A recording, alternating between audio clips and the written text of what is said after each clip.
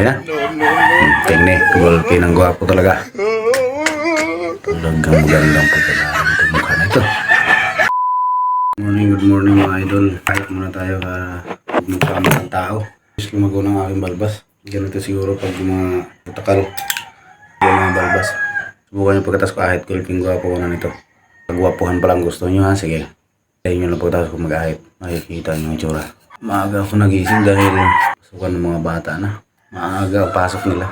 Nung kami sa probinsya, ang pasok namin, La City. 5, 5:30.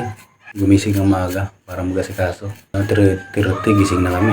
Tapos, pasok pa ako sa trabaho ko. Ganun talaga. Ano ba yung asawa ko naghatid ng estudyante? Yung malapit-lapit naman dito yung eskwelahan. Doon sa amin sa probinsya, para nasa 3 kilometro. O hindi lang. Nanggagaling pa kami sa bukid nun. Bukid kami dati nakatira.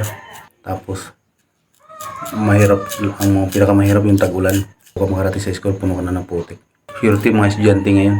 Kahit medyo hirap sa buhay, nasusunod na yung gusto nila. May service na, kompleto na sa gamit. Kami noon, alas papasok, kulang pang notebook kasi walang pambili.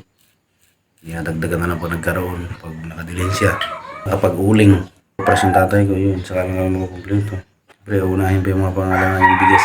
Naunawaan naman namin kasi ang hirap talaga ng buhay. Tapos papasok kami, ang baon namin, yung 5 piso nagahati. Tatlo po kami nagahati. May mabibili ka na nun kahit papaano.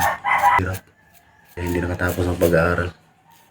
Kaya bawi na lang sa mga anak kung sakasakali makatapos. Ayan na. Tingnan, gulpi ng gwapo talaga.